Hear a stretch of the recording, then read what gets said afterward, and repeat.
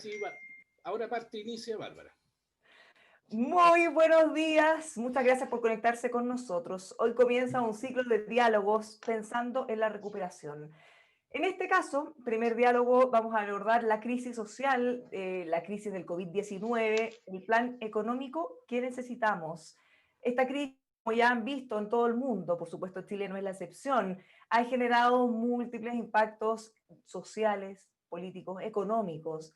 ¿Cómo vamos a poder enfrentarlos? Se vienen segundas olas, ya la mayoría de los países están en una situación bastante deteriorada, considerando que la primera fue bastante dura y nos dejó en mal pie. ¿Cómo nos vamos a preparar para lo que viene? Y justamente para eso ha sido generada esta instancia. Queremos partir agradeciendo al vicepresidente del Senado, Rabindranath Quintero, y también al senador Carlos Montes por haber convocado este encuentro y por supuesto a todos los economistas que nos van a acompañar esta mañana. Ya se los voy a presentar, pero antes quisiera darle la palabra al vicepresidente del Senado, Rabindranath Quintero, para que nos dé una bienvenida. Senador, ¿cómo Gracias, está? Bárbara. Muchas gracias, Bárbara. Estimadas amigas y amigos, con esta actividad que hemos convocado desde la Vicepresidencia del Senado, en conjunto con el senador miembro de la Comisión de Hacienda, Carlos Monte, estamos iniciando un ciclo de conversaciones que lleva el nombre Pensando en la Recuperación y en el que nos interesa abordar distintas opciones que tiene nuestro país para enfrentar el complejo escenario generado principalmente por la crisis del COVID. En nombre de la Vicepresidencia del Senado, quiero agradecer la participación de los panelistas, señora Claudia Sangüesa, Óscar Anderreche, Nicolás Izaguirre y Roberto Saller, con quien en esta jornada compartiremos puntos de vista acerca del plan económico que el país necesita. También agradecemos la presencia de todos quienes nos acompañan esta mañana a través de las diferentes plataformas en que se está emitiendo este seminario. Nadie puede negar que como sociedad hemos enfrentado uno de los periodos más difíciles en mucho tiempo. Desde el estallido social en adelante, ha sido un tiempo con grandes y nuevos obstáculos, pero también con enormes oportunidades para el cambio. Prueba de ello es el proceso constituyente que está en marcha, legitimado por una votación histórica y que nos abre el camino para realizar todas aquellas transformaciones sociales por las que el país viene clamando ya por tanto tiempo. No obstante, y más allá de las buenas perspectivas que tenemos en materia de desarrollo democrático, el último año ha dejado tras de sí una estela de efectos negativos en materia económica y social. La actividad productiva se ha ralentizado, los empleos han disminuido y una importante cantidad de chilenas y chilenos se han encontrado cara a cara con la pobreza. La insuficiencia de las medidas de apoyo entregadas por el gobierno no ha hecho sino agudizar todavía más esta crisis. La gente, impulsada por la necesidad de trabajar, sigue saliendo a las calles a pesar del COVID, dejando de manifiesto la ineficacia de cuarentenas y medidas restrictivas. Las MIPYMES han soportado por meses la falta de actividad, lo que ha llevado a muchas a la quiebra. Cuando los pequeños empresarios y emprendedores fueron a los bancos a buscar la ayuda ofrecida, la mayoría solo encontró respuestas negativas.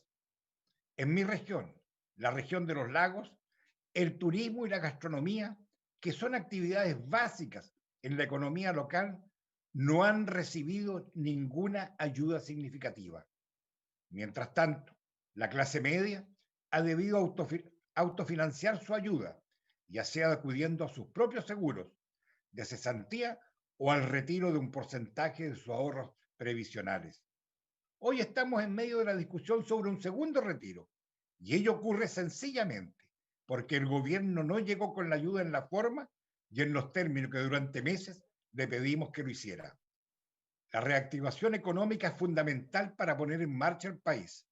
La pandemia no puede ser excusa para la reducción de partidas presupuestarias relevantes, como en educación, en salud, ciencia o cultura, ni para la postergación de las regiones. Menos todavía para una eventual precarización del trabajo producto de la mayor necesidad de las personas. Precarización que en el caso de las mujeres y los jóvenes suelen ser las principales víctimas. En más de una oportunidad hemos planteado que ante un escenario de contracción económica, el impulso de las obras públicas cobra fundamental importancia, y muy especialmente en zonas alejadas del centro del país. La construcción de hospitales, escuelas, infraestructura vial y viviendas sociales vitaliza en buena medida la economía de las comunas, especialmente en las pequeñas o medianas, donde el inversionista privado no ve grandes opciones de negocio. En tiempos difíciles, es el Estado el que debe auxiliar a las personas.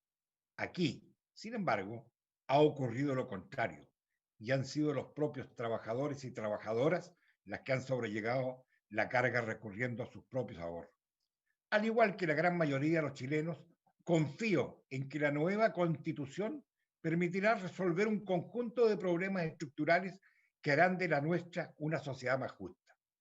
Pero el proceso no será automático y, mientras tanto, el Congreso no puede restarse de sacar adelante reformas tales como la salud pública y la del sistema de pensiones, que inciden de manera directa en la economía de las familias.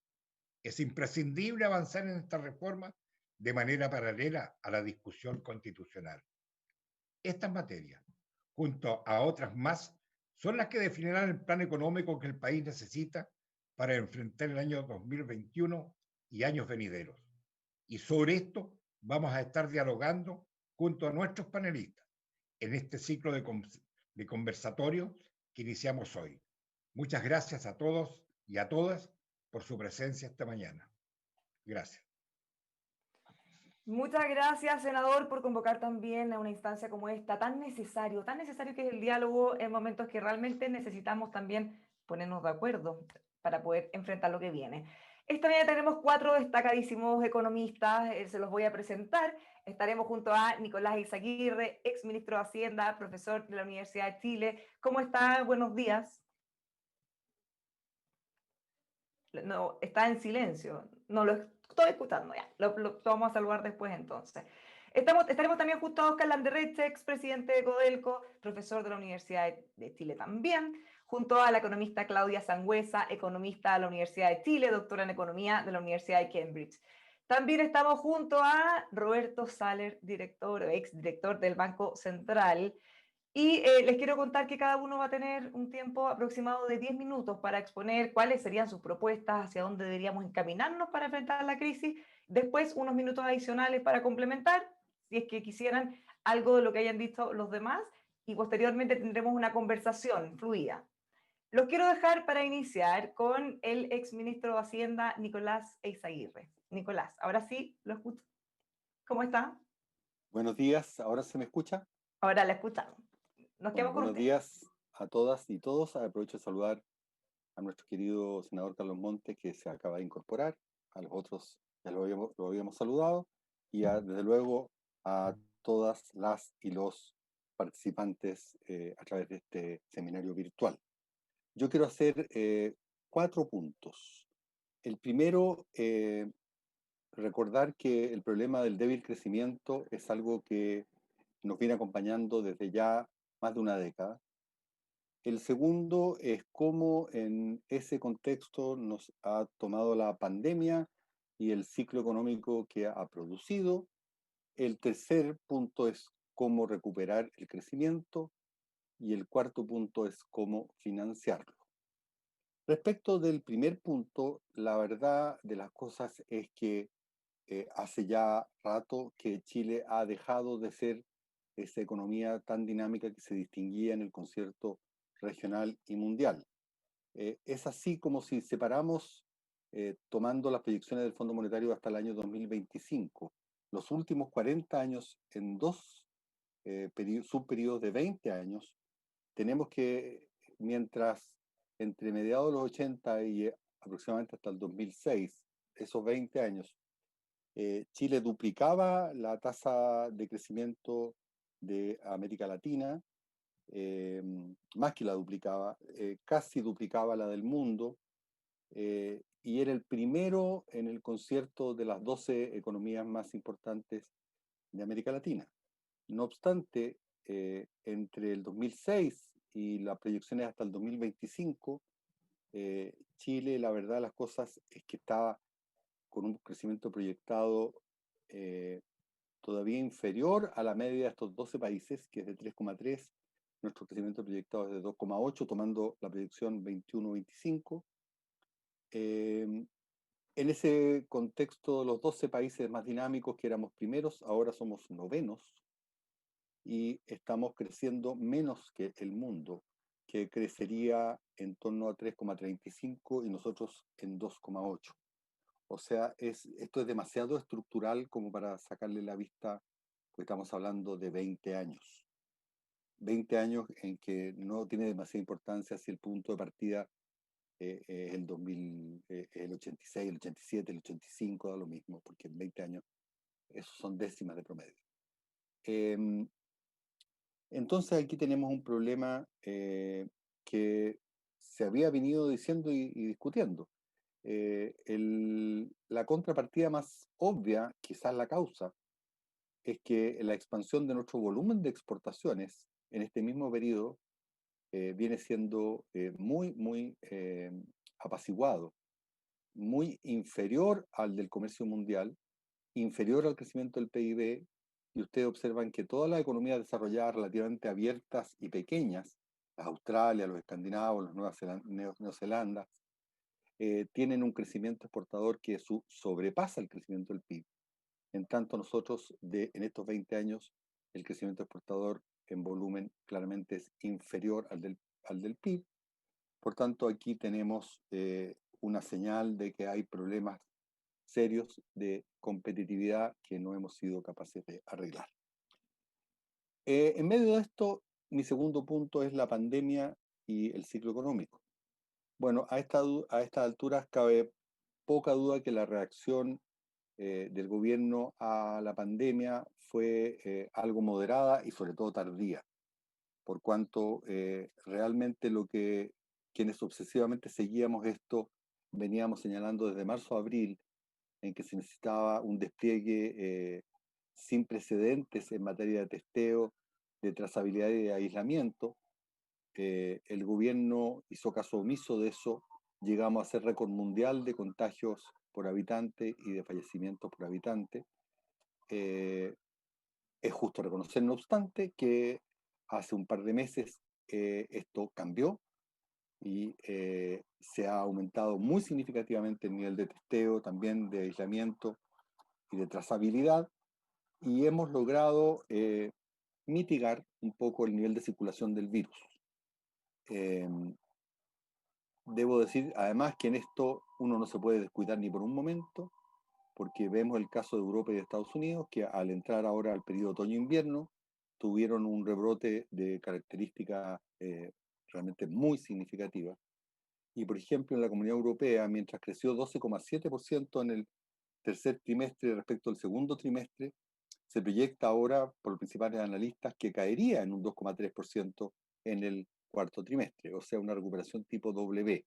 ¿Por qué digo esto? Porque nosotros vamos a enfrentar el periodo boreal, donde muy posiblemente el nivel de circulación del virus va a ser bajo, pero nada asegura que cuando entremos al periodo otoño-invierno tengamos un rebrote y por tanto tengamos nuevamente una cuestión tipo W. El tercer o cuarto trimestre de este año van a ser mejores, tanto por base de comparación como porque la economía efectivamente está creciendo. Pero todavía el 2021 no está despejado. En materia de apoyo fiscal, esto hay que mirarlo en perspectiva. Es cierto que en Chile se ha desarrollado paquetes tanto lo que se llama debajo de la línea, que es incremento de gasto, como paquetes de ayuda financiera a las empresas, que es lo que se llama debajo de la línea, perdón, lo otro era arriba de la línea. El recientemente aparecido panorama económico regional del Fondo Monetario Internacional nos permite establecer una comparación de qué tan fuerte ha sido la respuesta fiscal chilena respecto de otras latitudes. Y la verdad es que no impresiona. Efectivamente, sería injusto decir que no ha habido respuesta fiscal. La suma de las partidas arriba y abajo de la línea ascienden, según esta fuente, a 9% del PIB, que es menor que la que ha tenido, por ejemplo, Perú, Brasil y Bolivia. Perú y Brasil tienen una respuesta del orden de 15 puntos del PIB, pero cuando comparamos con países que tienen el acceso al crédito internacional que nosotros tenemos, que todos sabemos es realmente muy fluido, y miramos lo que ha ocurrido con las economías avanzadas, el paquete fiscal arriba y abajo de la línea ha ascendido a 19 puntos del PIB contra 9 nuestros. Por tanto, no cabe duda, estas son cifras, no son conjeturas ni opiniones, que nuestra respuesta fiscal ha sido modesta.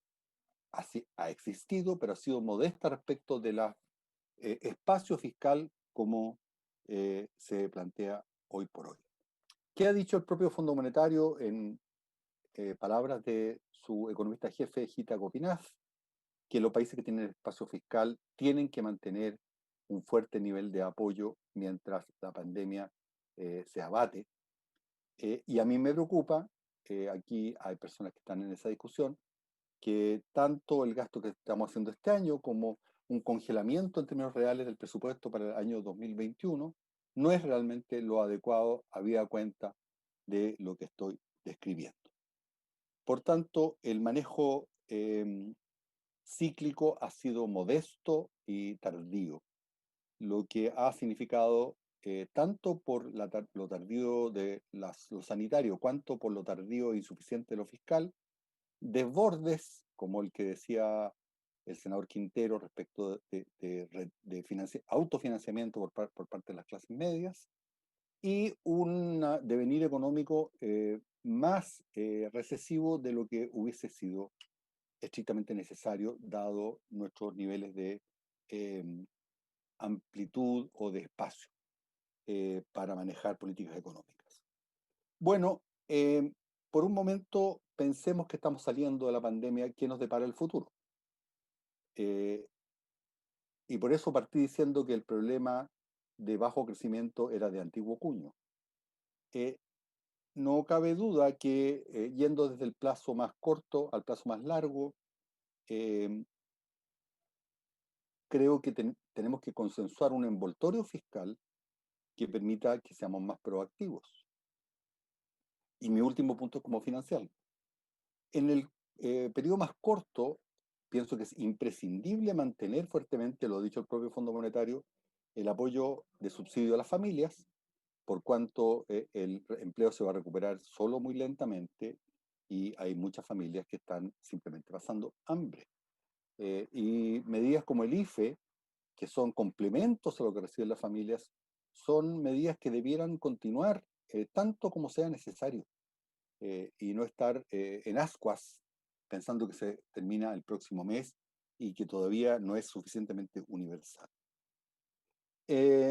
Seguidamente, por lo que señalé anteriormente, es menester mirar el presupuesto de salud y no hacer falsos ahorros. O sea, es completamente imprescindible que la red de testeo, trazabilidad y aislamiento, también como la de equipos, etcétera, etcétera, sea de clase mundial, porque eso es un gasto que se recupera con creces y no podemos estar limitando en lo absoluto el apoyo fiscal en estos temas.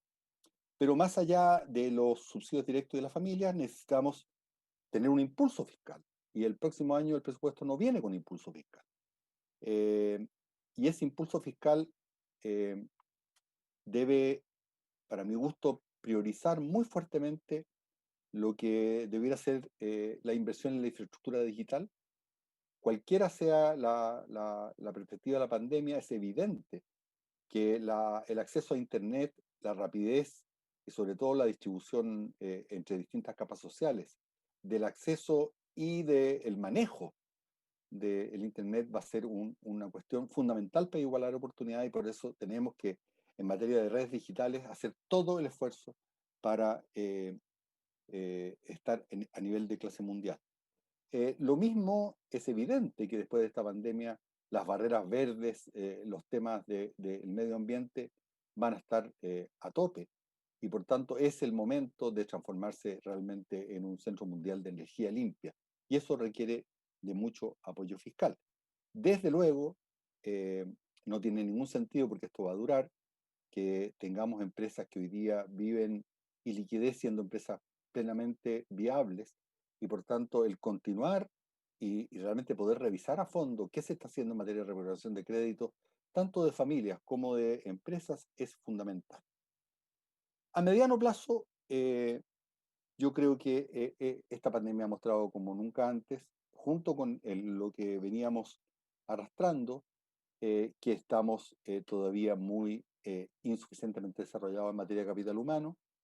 Nuestra educación todavía no tiene competitividad internacional, nuestra capacitación está desfocalizada y eso requiere de mucho más esfuerzo y apoyo fiscal. Es imposible que un niño que va a un colegio donde el subsidio es de 120.000 versus otro que va a un colegio donde la colegiatura es de 400, 500.000 pueda competir con igualdad de oportunidades. Ahí tenemos una brecha que hay que cerrar, pero donde posiblemente es todavía eh, más evidente, junto con capital humano, es en el tema de innovación y desarrollo. Fíjense ustedes que esto es sabido, cifras de la OCDE actualizadas nos dicen que 3 países con los que voy a hacer una comparación ulterior en materia de financiamiento, que son Australia, Nueva Zelanda y Noruega, y también podemos incluir España, tienen en promedio un gasto en innovación y desarrollo de 1,8 puntos del producto, mientras nosotros tenemos 0,3, o sea, 6 veces más. Ustedes dirán, bueno, es porque son más ricos. No, no es así. Es un perfil, una forma de entender el desarrollo distinto, porque cuando estos países uno por uno tenían el nivel de ingreso per cápita nuestro, invertían en innovación y desarrollo, también en educación y en capacitación, 3 veces más como porcentaje del PIB que nosotros.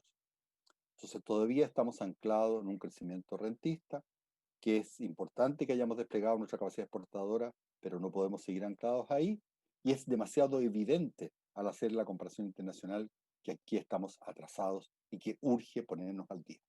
Termino diciendo que obviamente esto requiere ser financiado, y por tanto es imprescindible que el sistema político comience a tomar acuerdos respecto de un cierto envoltorio fiscal. Nuestro presupuesto público, menos que el resto de América Latina, pero todavía ofrece grados importantes de captura. Captura que se expresa desde el lado de los ingresos, en los bajos contribuciones de impuestos al ingreso de las personas, sobre todo del factor capital, en la cantidad enorme de exenciones tributarias que no se justifican, y también en algún mal gasto de ciertos programas. Cuando nosotros nos comparamos con la presión tributaria que tiene, por ejemplo, el promedio de los economías emergentes, hoy día es de 28. Podemos ajustar un poco por pensiones, pero es muy superior a la nuestra. Cuando nos comparamos con lo que tenía la OCDE cuando tenía nuestro nivel de ingreso, estamos 5 o 6 puntos debajo. Y finalmente, cuando nos metemos a analizar la estructura tributaria, es demasiado evidente dónde está el problema. Los impuestos al ingreso de las personas son, y voy a usar un trabajo que hizo Vergara y Fuentes, comparando con Australia, Nueva Zelanda, Noruega y España.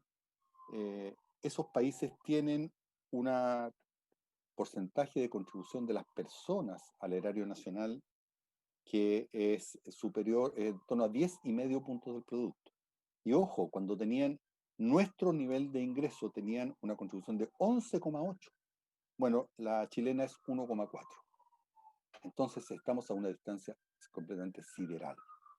Muchos han argumentado, y no con un poco de razón, que nuestras tasas tributarias y nuestra media de ingresos, desde donde comienza a cobrarse impuestos a la renta, es muy alta. No obstante, al hacer la siguiente comparación nos damos cuenta que, siendo eso un punto importante, no es el principal.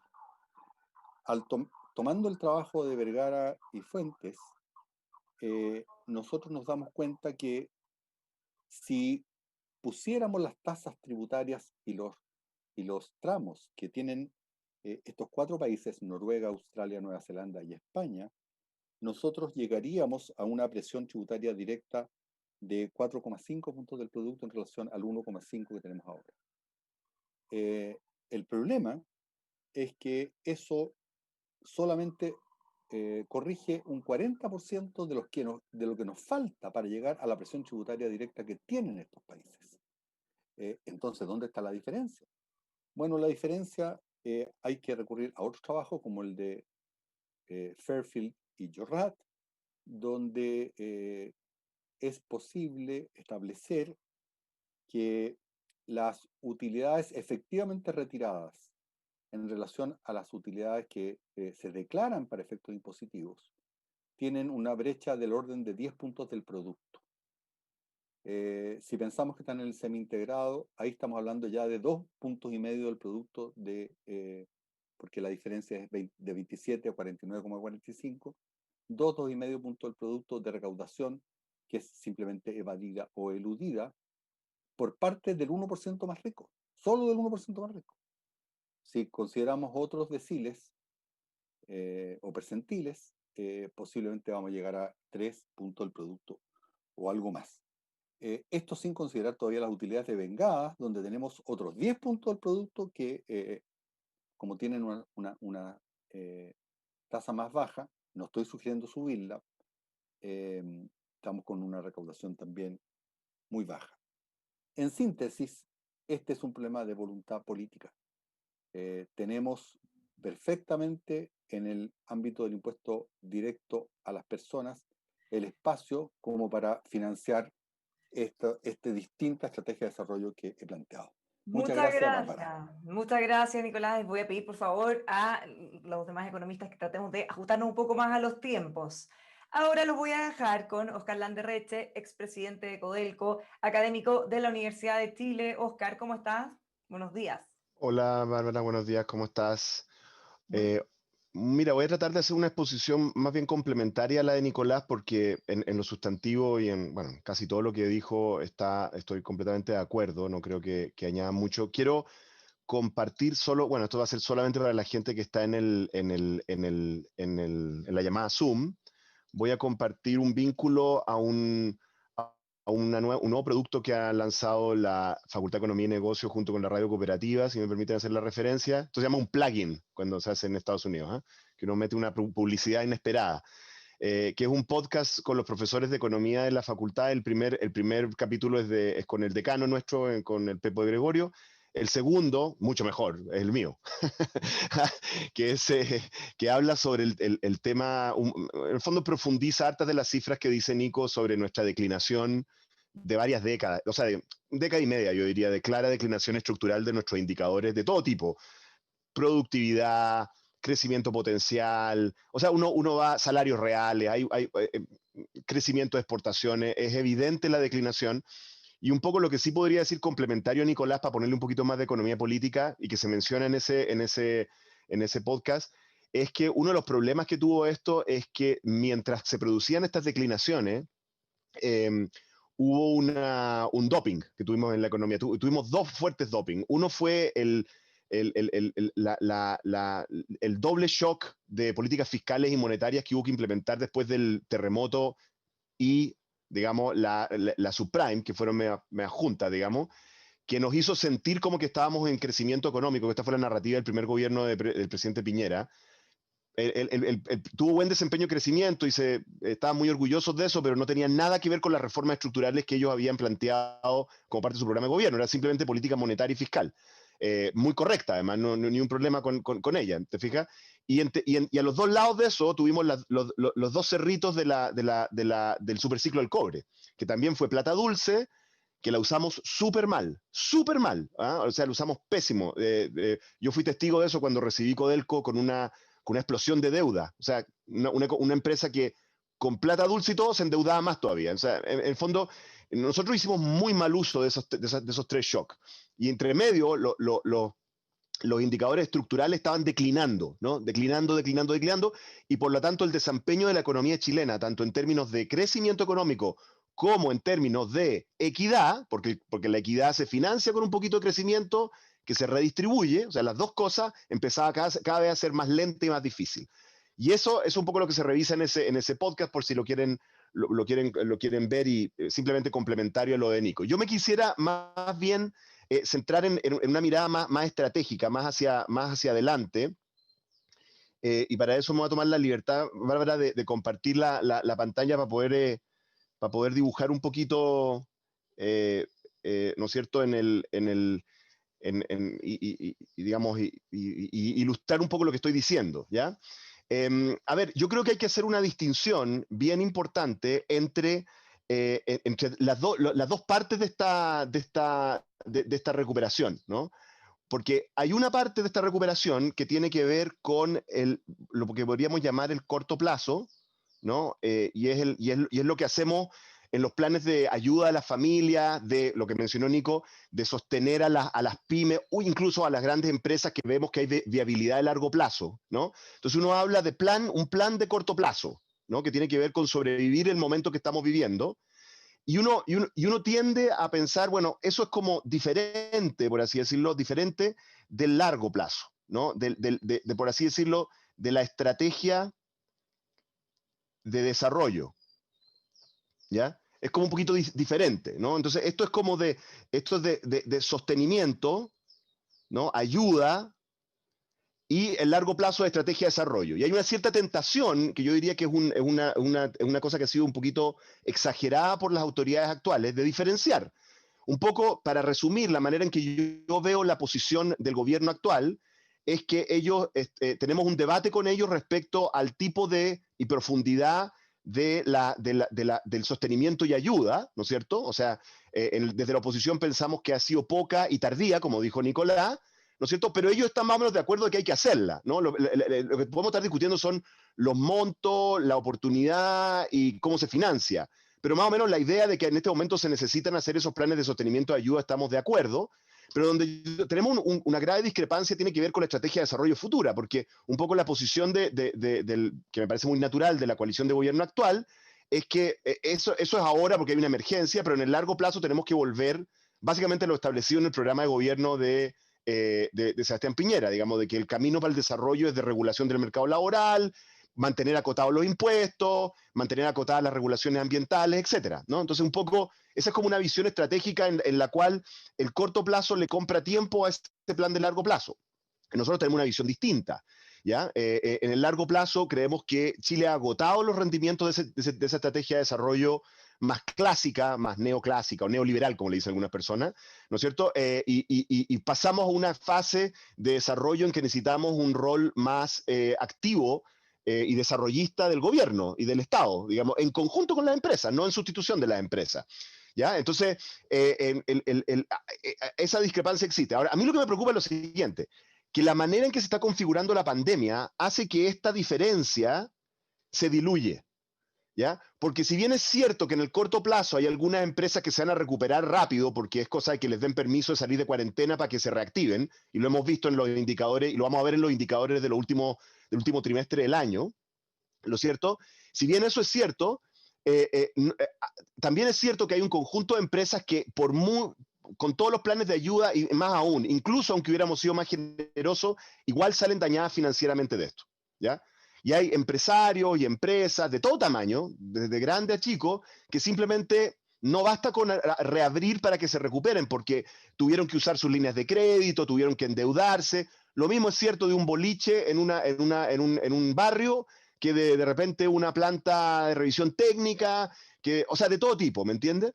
Y también ocurre para las personas, porque las personas, tú, por ejemplo, puede que estuvieron aguantando durante la cuarentena y de repente tú les sueltas la cuarentena, pueden volver a trabajar, pueden volver a ganar plata, está bien, restablecen ese flujo, ¿ya? Pero el daño financiero en que incurrieron ya ocurrió y es muy difícil para ellos solucionarlo. Hubo gente que se tuvo que ir a vivir con los papás, con la familia, ¿me entiendes? O sea, la mayor parte de los trabajadores chilenos de antes de la pandemia y antes del estallido social vivían al día. La capacidad de ahorro es muy pequeña. Y probablemente cuando vuelvan van a volver con salarios o niveles de ingreso inferiores a los que tenían antes, por lo tanto con una capacidad de ahorro, o si tú quieres de pago de endeudamiento, mucho menor. Por lo tanto, la capacidad que van a tener para decir, oye, ¿sabéis qué? Ahora que se reactivó esto, compremos cosas, digamos, ¿ah? Compremos una casa, compremos un refrigerador, o sea, va a ser muy restringida, nula probablemente, y eso también va a afectar la actividad económica. Entonces, esta diferencia entre corto y largo plazo creo que se va a diluir. Esta diferencia entre corto y largo plazo para mí es la discusión del 2020. El 2020, dada la emergencia, dada la sorpresa, nuestra discusión era los planes de corto plazo, mañana discutimos el largo plazo, incluyendo los temas que decía Nico, tributario, bla, bla, bla, todo el tema. ¿No es cierto? Todo es el marco. Pero esa no es la discusión para 2021. No es la discusión para 2021. ¿Ya? Digamos, el plan para 2021, el plan de desarrollo, la estrategia de desarrollo de largo plazo, es parte de lo que te activa el corto plazo. Es parte de lo que te activa el corto plazo. O sea, para el 2021 y el 2022, para sostener el crecimiento, tenemos que tener una estrategia de largo plazo. Ahí es donde hay señales, algunas más preocupantes que otras en el gobierno. Señal preocupante una, pero que se tendió a solucionar. Al principio de la pandemia, el gobierno dio una señal, a mi juicio, pésima, que fue de recorte de los presupuestos de obras públicas. Yo no podía creerlo. Ahí sí, yo creo que el Lord Keynes, ¿no es cierto?, se retorcía en su tumba. No sé, pero no era incomprensible para mí por qué estaban haciendo eso, dado además que era actividad económica que se hace al aire libre, y por lo tanto se podían con medidas de seguridad hacer de una manera que no atentara contra la seguridad de las personas que trabajan ahí. Lo que había que haber hecho era un plan muy agresivo de obras públicas. Bueno, a palos, digamos, y con las críticas que recibió, corrigieron eso, no con la agresividad que me gustaría a mí, pero lo corrigieron hacia finales del año, y eso de contraer el presupuesto por lo menos no se está haciendo, y hemos visto además algunas municipalidades haciendo obras públicas con la ciclovía, algunas cosas. Eso habría que hacerlo mucho más. Y entonces, si el plan de reactivación de corto plazo es obra pública y obra pública local, bueno, tú tienes que pensar eso en función de las capacidades productivas de largo plazo, de más allá. ¿Te fijas? Entonces ahí no se separa el corto plazo del largo plazo. Esa señal se tendió a corregir un poco en el tema de vivienda y obras públicas. Pero hubo un tema que a mí me parece impresentable, lo digo con mucha sinceridad, y es el recorte anunciado al financiamiento de la ciencia y tecnología y a las becas para estudio en el exterior. Es completamente incomprensible. No tiene ningún sentido fiscal. Los montos involucrados en eso son irrisorios para un presupuesto público. O sea, Chile no tiene ninguna necesidad de recortar eso, puede perfectamente endeudarse, ni se va a notar, francamente. Yo no lo puedo comprender. Porque eso sí que es algo que Chile, primero, tiene enorme rentabilidad en el largo plazo, y segundo, Chile tiene indicadores bajísimos. Algunos mencionó Nico en la intervención anterior. ¿Ya? Entonces ahí sí que estamos mal, porque ahí ni siquiera es que estamos hablando de hacer conversar el corto plazo con el largo plazo. Ahí de lo que estamos haciendo es de que las políticas de corto plazo atentan contra el largo plazo. Atentan contra el largo plazo. Y eso sí que me parece una muy mala idea. Ahora, para el largo plazo, yo creo que hay una cosa que es bien importante de darse cuenta. Para el largo plazo lo que necesitamos es una estrategia de desarrollo. Necesitamos conversar sobre una estrategia de desarrollo. Ahora, esto puede sonar un poquito fome para la gente, pero yo voy a tratar de convencerlos de que no es tan fome. Porque lo que ocurre es que a futuro la cuadratura de círculo que tenemos que hacer como país es súper difícil. O sea, nosotros necesitamos crecer con más equidad y probablemente con mucha mayor sostenibilidad ambiental. Las tres cosas, ¿no?, al mismo tiempo. Y eso es súper difícil. En el tipo de discusión que tenemos hoy, la política hoy nos presenta una discusión en que estas cosas simplemente hay que escoger entre ellas, porque no se pueden ir juntas. ¿Ya? Y por lo tanto, el tipo de acciones estratégicas que tiene que hacer el Estado, junto con las empresas, junto con los trabajadores y sus sindicatos, junto con las comunidades, para proyectar este tipo de estrategia de desarrollo, son cosas a las que no estamos acostumbrados en Chile. Entonces, déjenme darles un ejemplo, simplemente para ilustrar el tipo de cosas en que estoy pensando. ¿Ya? Simplemente para hacer algo que han hecho todos los países exitosos, países capitalistas, ¿ya?, exitosos en términos de crecimiento y equidad y desarrollo inclusivo en el mundo. Chile debiera tener todas sus universidades del Estado, y probablemente también las universidades privadas de espíritu público, que hay varias, de las más tradicionales. Cada una de esas universidades debiera tener un parque científico y tecnológico industrial alrededor de su campus, particularmente alrededor de sus campus de ingeniería. Esto ocurre en MIT, esto ocurre en Israel, esto ocurre en Corea, esto ocurre en Irlanda, esto ocurre en Nueva Zelanda, esto ocurre en Canadá, en todas esas partes. Y en esos campus lo que debiera ocurrir es que debiera haber beneficios para que las empresas se puedan instalar ahí, trabajen, investiguen y produzcan ahí, haya profesores que medio tiempo están en la empresa investigando, medio tiempo en la universidad, haya estudiantes que hacen una educación trabajando al estilo alemán, ¿no es cierto?, en que son aprendices cuando ya pasan del segundo o tercer año de sus carreras, ¿no es cierto?, y proyectan ¿y qué es lo que sale de esos campus? Lo que sale de esos campos son negocios privados. Claro que sí, empresas privadas, patentes privadas, salen negocios de ahí, probablemente la universidad participa de eso y después le permite financiar esfuerzos futuros siguiendo el modelo australiano de CISAIRO. Entonces, eso es algo que tendríamos que tener. Entonces, cuando yo digo esto, parques científicos, tecnológicos e industriales alrededor de todos los campus públicos de Chile, no sé si alguien me escucha decir eso y siente que yo estoy proponiendo algo así, no sé, de Corea del Norte. Creo que no. O sea, no creo que suene a Corea del Norte, ¿no es cierto? No, esto es lo que hacen los países capitalistas, desarrollados, ¿no es cierto?, que piensan que el crecimiento económico no ocurre por obra y gracia del Espíritu Santo, digamos, que no basta con el mercado operando solo, y que además quieren intencionar ese desarrollo para que sea más equitativo. Déjenme darle otro ejemplo, ¿no es cierto? Cuando a mí me tocó estar en la presidencia de Codelco, una de las cosas que lanzamos y que desafortunadamente desarmó el gobierno actual, fue que lanzamos una filial tecnológica de Codelco, que se llama Codelco Tech, ¿no es cierto? El senador Rabín y Carlos saben, porque me siguieron muy de cerca la gestión ahí, sabrán uno de mis grandes orgullos, digamos, puedo decir que fundamos durante mi periodo una empresa pública, Codelco Tech, ¿no es cierto? La empresa tecnológica, la filial tecnológica de Codelco. Bueno, este gobierno la cerró, ¿ok? Entonces, de nuevo, ¿la cerró por qué? Por razones presupuestarias, para Codelco en ese caso. Entonces ahí el corto plazo está tentando contra el largo plazo. Chile debería tener un campus tecnológico de filiales tecnológicas de todas sus empresas estatales. Codelco Tech, deberíamos reponerla, colocarla ahí. ENAP, que debería convertirse de una empresa petrolera en una empresa energética, centrada en desarrollarse en el área de electromovilidad solar, debería tener su filial tecnológica en ese campus. Y las tres empresas de los militares, para que vean que no hay sesgos políticos acá, ¿no? Que son empresas que hacen bastante buen trabajo para el tamaño y lo restringidas que están, en términos tecnológicos, también deberían estar ahí. ¿Y esto quién lo hace? Esto lo hace Israel, esto lo hace Corea, esto lo hace MIT, por si acaso. Tiene un campus aparte donde están todas las cosas de investigación financiadas con los militares, porque todo el mundo entiende que las tecnologías son móviles, que un robot que uno está desarrollando para razones militares también puede servir para cosas mineras, para cosas pesqueras, para cosas...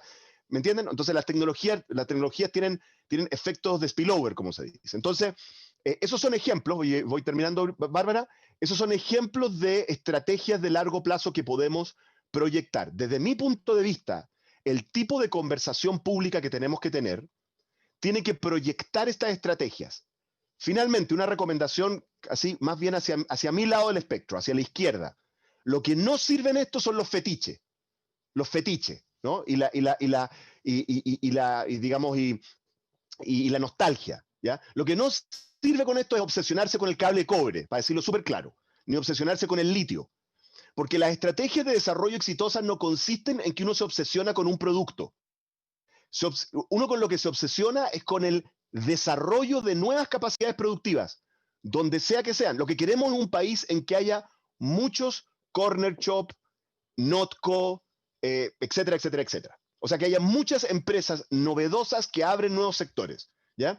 Y por lo tanto, la estrategia de desarrollo no puede ser una estrategia en que uno apuesta a sectores fetiches específicos, sino una cartera de opciones públicas, donde, por ejemplo, uno dice, vamos a apostar a que Chile sea un centro universitario y tecnológico en idioma español a nivel regional, con esto de los campus tecnológico y científico alrededor de nuestras principales universidades, para que vengan a estudiar acá con nosotros, tengamos todo el talento y más innovación y más vinter ya acá. Podemos apostar a hacer una potencia de electromovilidad. Y de nuevo, yo estoy a favor de las políticas que se están haciendo con el hidrógeno verde, pero tengamos cuidado con el fetiche. Uno no apuesta todo a uno, uno apuesta a varias tecnologías de electromovilidad, porque algunas van a resultar y otras no.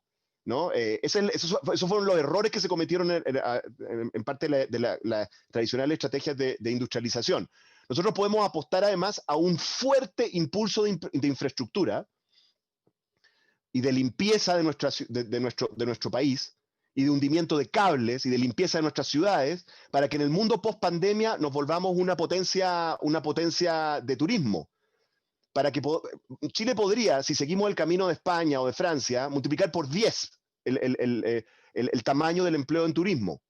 Y podríamos apostar a eso, y eso significa más infraestructura, eso significa empleos que tienen otra calidad de vida, en que tienen una interacción con la cultura, con el deporte, con la vida al aire libre, con aprender idiomas, etcétera, etcétera, etcétera. O sea, hay varias apuestas productivas que podemos hacer, no tenemos por qué obsesionarnos con una, ¿no es cierto? Y algunas van a resultar y otras no. Algunos de estos temas requieren algunas de las reformas que estamos discutiendo en el proceso constituyente, sí, pero no solamente. Porque yo les voy a decir, Codelcotec, cuando lo fundamos con el directorio de la compañía, lo hicimos con la constitución anterior. Así que estoy de acuerdo con Nico Izaguirre. El Vamos a problema tratar de profundizar, es constitucional, Oscar. pero también es de voluntad política. Listo, ya. Listo. Vamos a profundizar en eso, si es que nos queda tiempo para la conversación, porque se están pasando un poco bastante los tiempos. En esta oportunidad los vamos a dejar con Claudia Sangüesa, economista de la Universidad de Chile, doctora en Economía de la Universidad de Cambridge. Claudia, ¿cómo estás? Muy bien, muchas gracias por la invitación. Un saludo a todos. Muchas gracias a los senadores Quintero y Carlos Montes por la invitación y un gusto estar aquí, aportando a esta interesante conversación. Yo voy a hablar como de también 3 o 4 cosas. En primer lugar, las implicancias de la crisis actual. Y mi tesis es que estamos en el medio de una transformación económica importante. En segundo lugar, voy a hablar de cuál podría ser el rol del Estado y la política pública en esa transformación productiva, por una parte, y el rol también que puede cumplir el Estado y la política pública en una transformación también de la política social.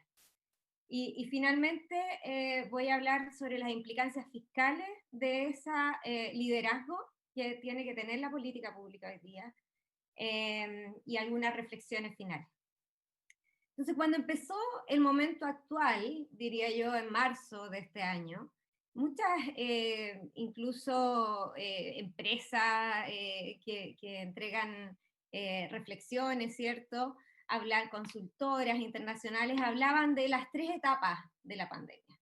Una primera etapa de contención del virus, de cierre de la economía, ¿cierto? Proteger a las familias, proteger los empleos, para que no se destruyera básicamente la economía. Una segunda etapa donde ya el virus está más controlado y podíamos volver gradualmente a la normalidad, o sea, a lo que había. Y una tercera etapa que es como ya podemos volver a la normalidad. Podemos volver a lo que había. Sin embargo, lo que ha estado pasando es que esa segunda etapa de volver a la normalidad, la verdad es que no está existiendo tal cual. Y lo que está pasando es que se está alargando esta segunda etapa. Y de hecho en Europa lo que estamos viendo es que básicamente están volviendo casi hacia lo primero, que es la contención.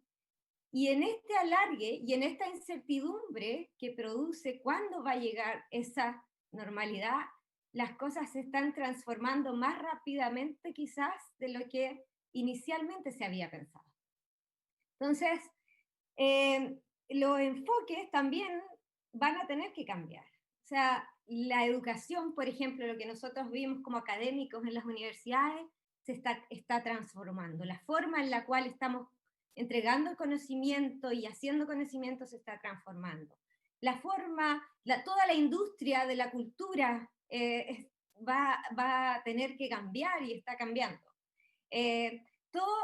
También como los valores relativos de las cosas que producimos como sociedad están cambiando. Necesitamos mucho más conocimientos, más ciencia, hacia dónde va esto y de qué forma podemos entonces transformar también, tener nuevas ideas, digamos, la innovación y el desarrollo. Y por otra parte, también la forma en la cual estamos viviendo, ¿sí?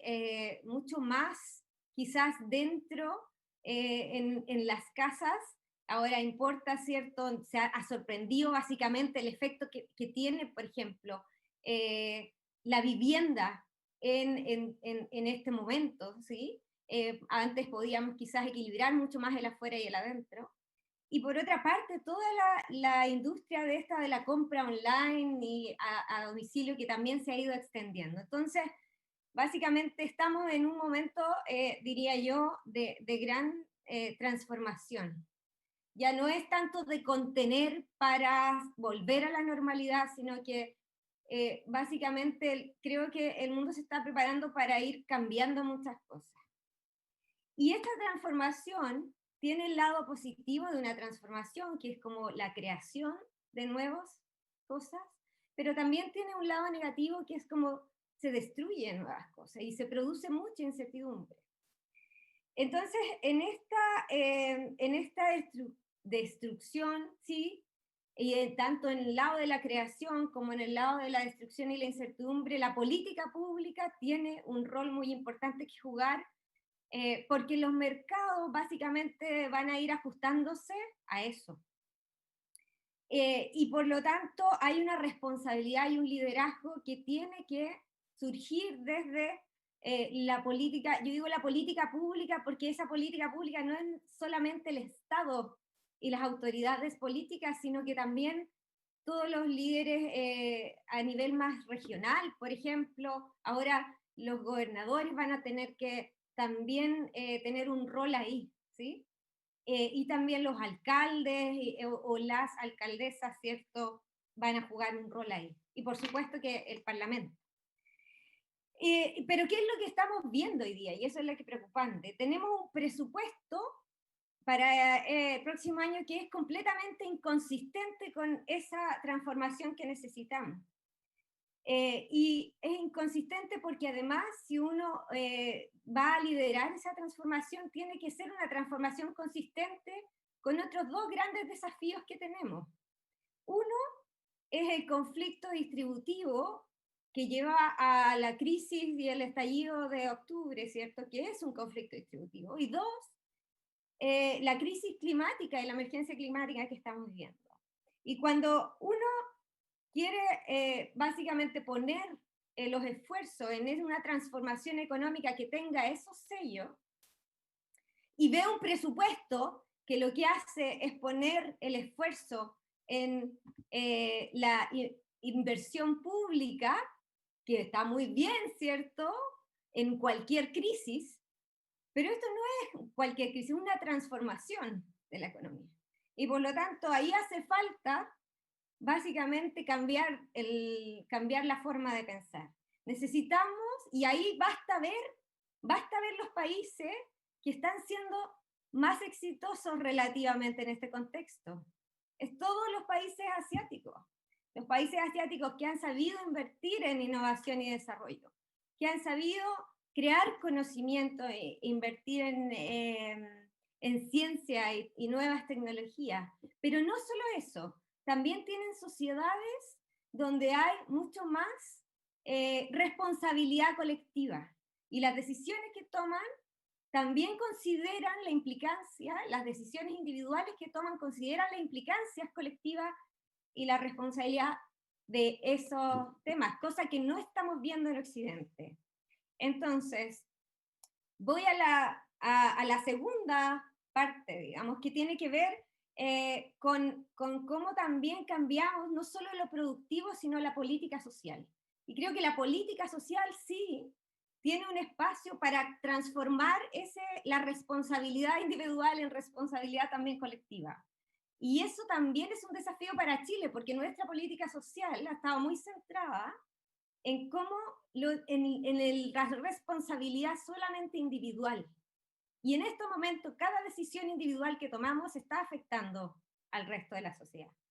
Y por lo tanto, ahí hay que poner mucho esfuerzo. Por ejemplo, protegiendo los ingresos de los hogares, esta incertidumbre que hay respecto al empleo y respecto a cómo se transforma la economía, necesita de mayor certidumbre para los hogares para que podamos hacer esta transformación en un contexto de menos conflictividad social. El seguro de cesantía tiene un espacio importante ahí y tenemos que tratar de usarlo como un espacio también de responsabilidad, toda la parte del fondo solidario, para que el seguro permanezca en el tiempo más bien como lo hacen los países nórdicos, ¿no? Como que tienen este seguro para efectivamente impedir que las personas caigan en pobreza. Segundo, todas las políticas que tienen que ver con protección de los ingresos de los trabajadores informales también. El IFE fue poquito, fue para un 30% de los hogares y necesitamos extenderlo mucho más. Eso, además, en un contexto que tenemos un país que no usa tanto las transferencias monetarias y por lo tanto no redistribuye tanto los ingresos. Entonces, todas estas políticas también de transferencias monetarias ayudan a cambiarle ese sentido a lo distributivo, ¿cierto? Ayudan básicamente, en términos muy, muy prácticos, ayudan a disminuir el Gini de los ingresos monetarios. Y finalmente, tanto pensiones. Esa es la otra fuente de transferencias monetarias importantes para el país. Y claro, en la medida que estamos usando el ahorro previsional para financiar la crisis, estamos básicamente comprometiéndonos o comprometiendo a las generaciones jóvenes en financiar la vejez. Y eso era lo que necesitábamos antes también, pero aún más peso vamos a poner si es que no usamos otras fuentes de ingresos para financiar la crisis que tenemos. Entonces, seguro de cesantía, apoyo a los ingresos de las personas hoy día y pensiones son fuentes no solo de disminuir el conflicto social, el conflicto distributivo, sino también de proteger y disminuir la incertidumbre. Y finalmente, el desafío fiscal. Básicamente todo esto tiene que tener un financiamiento. Y ahí estoy de acuerdo, para eso no podemos esperar la nueva constitución, hay cosas que están pasando hoy día y muy rápidamente. Entonces hay una discusión que tiene que ver con cómo pavimentamos también el futuro que viene, y tiene que ser hoy día. La ciudadanía ya ha dado luces de qué es lo que quiere. Entonces, en el tema fiscal, yo creo que hay que a usar todas las fuentes que tenemos. Roberto ha hecho varias estimaciones acerca de cuánto en realidad tenemos de ahorros, por ejemplo, públicos. Tenemos fondos soberanos que todavía no hemos usado de manera relevante, que alcanzan, si uno los suma todo, un 20% del PIB. Pero tenemos entonces ahí muchos recursos que hemos sabido cómo ahorrar en algún minuto. Segundo, tratar de no usar más los recursos de los trabajadores individuales, que sea esto una responsabilidad pública. Y finalmente, también el tema tributario. Aquí hay sectores de la sociedad que en esta transformación se están beneficiando y otros que están perdiendo. Y ahí tiene que haber también una recaudación fiscal que sea consistente con eso. Y efectivamente la riqueza no ha sido afectada. Hay riqueza que está siendo beneficiaria de esta transformación. Y por lo tanto ahí hay un importante espacio para aumentar el impuesto por una parte a la riqueza para mejorar la progresividad del sistema tributario y por otra parte en el eje horizontal, digamos, esto es como en el eje vertical, aumentando, ¿cierto?, la progresividad, pero también en el eje horizontal, en Chile también necesitamos aumentar la base del impuesto a la renta. Y bueno, y los fondos soberanos. Creo que en definitiva nosotros y también la deuda, ¿no? Chile tiene una baja deuda respecto al PIB y ahí también hay un espacio. Entonces, no veo que seamos un país con muchas restricciones para enfrentar esta crisis. Por supuesto que está costando mucho a nivel individual y más cuesta cuando no hay una política pública que asume la total responsabilidad. Finalmente, solo para cerrar, ¿cierto? Volver a la tesis, estamos en un momento de transformación económica y necesitamos, por lo tanto, un liderazgo más en esto para enfrentar el conflicto distributivo y para enfrentar la crisis medioambiental. Necesitamos una política social importante y vamos a tener que hacer un esfuerzo fiscal grande hoy día, y esto es hoy día, no es mañana. El debate constitucional está, hay que hacerlo y va a ser un espacio para pensar en el futuro muy importante y por supuesto que conversa con la discusión de hoy día, pero hay una urgencia hoy día de muchos temas. Eso. Muchas gracias, Claudia. Y finalmente, los quiero dejar con Roberto Saller, economista, ex director del Banco Central. Roberto, buenos días, ¿cómo está? Hola, buenos días, Bárbara. Muchas gracias por la invitación. Quiero aprovechar también, perdón, de saludar a la senadora Isabel Allende, que se sumó también a nuestra conversación, el senador José Miguel Insulza, muchos cariños a los dos por haberse incorporado. Ahora sí, Roberto, los dejo con usted.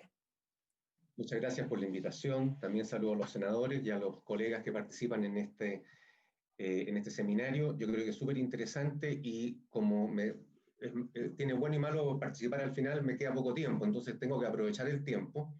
Y quisiera entonces compartir pantalla para plantearles un poco lo que había pensado para esta presentación. No sé si ahí se ve. Se ve, perfecto. Perfectamente. Ok. Bueno, yo me quedé un poco en el título de la presentación, que era pensando en la recuperación, entonces tengo dos partes, una de corto y una de largo plazo. La de corto es quizás la que voy a empezar a plantear.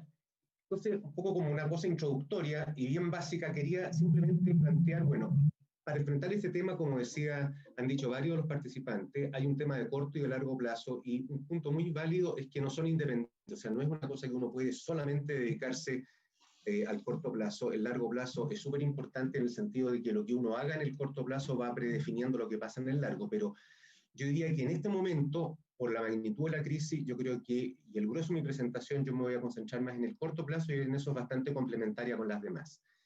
Yo creo que esta crisis tiene una característica súper importante, muy específica, que en general no se ha dado, por lo menos yo no tengo recuerdo que se haya dado en otros tipos de situaciones, digamos en los últimos, no sé, 50, 60 años, es que esta afecta simultáneamente a la oferta y a la demanda. Si tenemos un terremoto, eso afecta a la oferta. Si tenemos una crisis financiera, eso afecta a la demanda. Pero esta crisis es extraordinariamente grave porque afecta a ambas, restringe la oferta y restringe la demanda, y es por eso que estamos en la crisis más grande, digamos, de los últimos, prácticamente los últimos 40 años, en el caso de Chile, y casi en un siglo a nivel internacional. La recuperación de la oferta está muy condicionada por las consideraciones sanitarias, y ahí yo creo que todavía tenemos una incertidumbre muy grande. Es un tema indudablemente se está avanzando, hay más conocimiento, ya los últimos 6, 7 meses lo que ha ocurrido va a ayudar en esto, pero si eso no se mejora sustantivamente, entonces vamos a tener un cierto problema estructural de oferta que, aunque pongámosle mucha demanda, simplemente si las personas no pueden ir a trabajar o los servicios que se ofrezcan, si requieren presencia física, no pueden ocurrir en la magnitud que uno pensaría en un tiempo normal, ahí vamos a tener un tema muy mayor.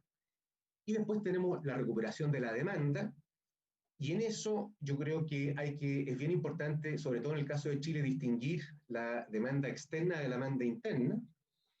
Y por último, dentro de la demanda interna es súper importante distinguir entre la demanda privada y la demanda del sector público. Esa es una cosa bien básica, pero quería ponerlo como una introducción. En la parte externa, lo que estamos viendo hoy día es un escenario internacional que muestra una recuperación. El peor momento de esta crisis se dio, y en Chile también, en el segundo trimestre del año, pero esta recuperación se ve muy, muy complicada por el tema del resurgimiento de la pandemia en Estados Unidos y en Europa, cosa que ya se ha planteado y es bastante conocida.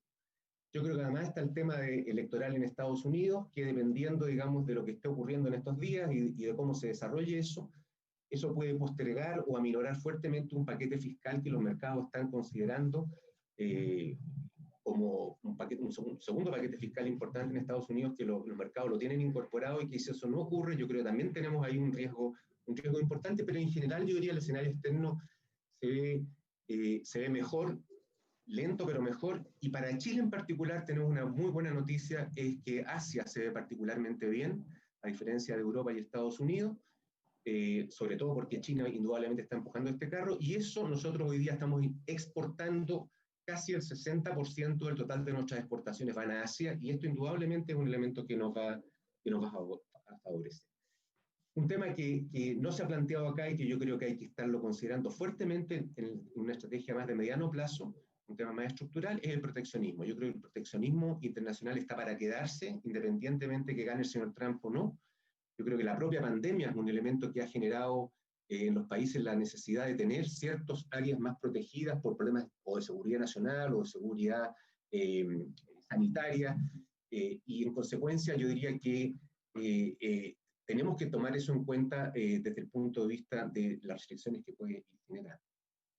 Ahora, en la parte nacional, yo diría que una de las cosas que también se planteó, pero yo creo que es muy importante destacar, el grueso de esta crisis que estamos viviendo ahora, la están pagando o la han pagado principalmente los trabajadores, en parte importante recurriendo a sus propios fondos de la AFP, en parte importante recurriendo a sus propios fondos los seguros de cesantía, bueno, y muy crucialmente a nivel del desempleo, que realmente adquiere niveles impresionantes cuando uno los mira, entre comillas, bien medidos. Estamos hablando de niveles cercanos a 3 millones de personas, es un desempleo cercano al 30% de la fuerza de trabajo, una cuestión muy, muy, muy fuerte.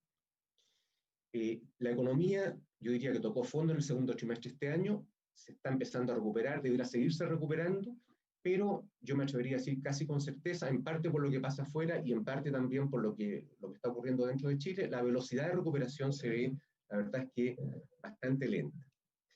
Lo que estamos viendo en el dato que salió de septiembre, el IMASEC, y probablemente el dato de octubre, que ya puede ser incluso positivo en 12 meses, lo que se ve acá es que el retiro de los fondos de la AFP ha sido un elemento súper importante, y para el cuarto trimestre una baja base de comparación también es un elemento muy importante, y esos son dos elementos muy transitorios. Entonces yo creo que vamos a estar con un buen ambiente, que lo estamos viendo en alguna medida estos meses y hacia fines de año, pero el desafío para el próximo año es que probablemente la recuperación va a ser, insisto, más lenta de lo que hubiéramos pensado. Y lo que se ve todavía muy complejo es el tema de la inversión. La inversión este año seguramente va a caer en 2 dígitos, el próximo año vamos a tener una recuperación, pero una recuperación que claramente yo diría no va a poder compensar la caída este año, y tenemos, fuera de todas las incertidumbres que hablábamos, el tema electoral en Chile, el tema de la Constitución, que desde el punto de vista de los mercados, depende de cómo se maneje, puede generar también incertidumbre. Entonces la inversión yo diría que se ve bastante complicada. En ese contexto de una recesión tan fuerte como la que estamos viviendo, es absolutamente crucial el tema del gasto público, y particularmente la inversión pública, con las consideraciones que yo comparto que se han hecho acá, no cualquier inversión pública, pero sí una inversión pública muy fuerte. Ese es el eje de donde debe venir la recuperación en Chile, o sea, el gasto interno público y principalmente en inversión.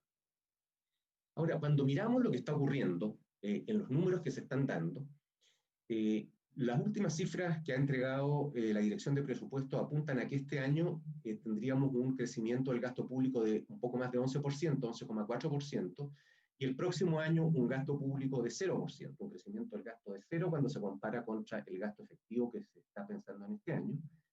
Y es bien interesante mostrar este gráfico porque es una diferencia notable con respecto a lo que ocurrió el 2008-2009, donde el gasto público el 2009 creció 16,5% y al año siguiente 6,6%. O sea, la política fiscal en términos de gasto público, en términos relativos a la crisis del 2008-2009, hoy día es menos fuerte que en ese momento, y la crisis que tenemos hoy día es indudablemente más fuerte.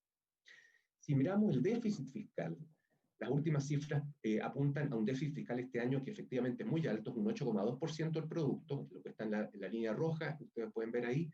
El próximo año una caída, un déficit de 4,3%, pero cuando uno mira el impulso fiscal, de nuevo, que es una de las medidas más importantes, mirar cómo cambia el superávit o déficit fiscal de año a año, de nuevo, en el 2009 el cambio representó casi 8 puntos del producto, y este año nosotros estamos representando cerca de 5 puntos del producto. O sea, tampoco tenemos acá una política fiscal que uno pueda decir que es particularmente fuerte. Y en el tema del financiamiento, que se hablaba antes, en octubre, o sea, hace menos de un mes atrás, el Fondo Monetario actualizó lo que llaman el monitor fiscal. Y si uno mira ahí, para este año, ustedes pueden ver acá, este cuadro muestra la deuda pública bruta en Latinoamérica, por fin los países con los cuales normalmente nos comparamos. Bueno, Chile aparece este año, a fin de este año, según el Fondo Monetario, con una deuda pública bruta, la más baja de los países con los que nos comparamos, inferior al 34% del producto, y para el próximo año, con todo lo que tenemos, seguiría siendo la más baja en América Latina. Si miramos los países de la OECD, estos son todos números, aquí no hay interpretaciones, opiniones, estos son hechos. Para los países de la OECD, este año se estima que vamos a tener la deuda más baja de todos los países de la OECD, con excepción de Luxemburgo y Estonia, y para el próximo año, el 2021, seguimos siendo la segunda deuda pública más baja. O sea, hay mucho espacio si miramos en esos términos. Si miramos la deuda pública neta, que el Fondo Monetario en general no ha publicado, pero esta vez publicó, y aquí están todos los datos, todos los países que ellos publican.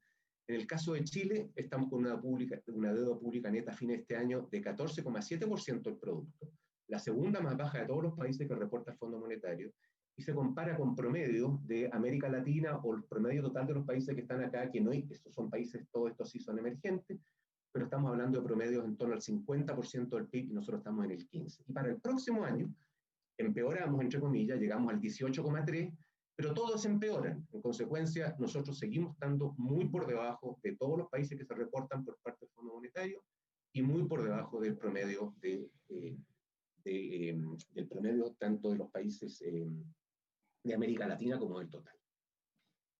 Y lo otro que yo creo que es súper interesante y que realmente se destaca poco es el hecho de que si nos comparamos nosotros, Chile, en su deuda pública bruta, con países con rating crediticio similar al chileno, que es un tema bien técnico pero bien importante, resulta que, aquí estamos usando la categoría, la clasificadora de Standard & Poor's, Chile sigue siendo el año 2020, el año 2021, uno de los países, comparativamente a todos los países con riesgo país similar al de Chile, estamos en la categoría más baja. O sea, este año en particular, solamente Kuwait y Estonia estarían con una deuda pública bruta más baja que la de Chile. Entonces, realmente es extraordinariamente fuerte entender que estamos muy lejos de una normalidad, tenemos mucho espacio, y si esto, por último, le agregamos lo que planteaba, creo, Claudia, sobre los fondos soberanos, con datos de fines de septiembre, todavía estamos hablando de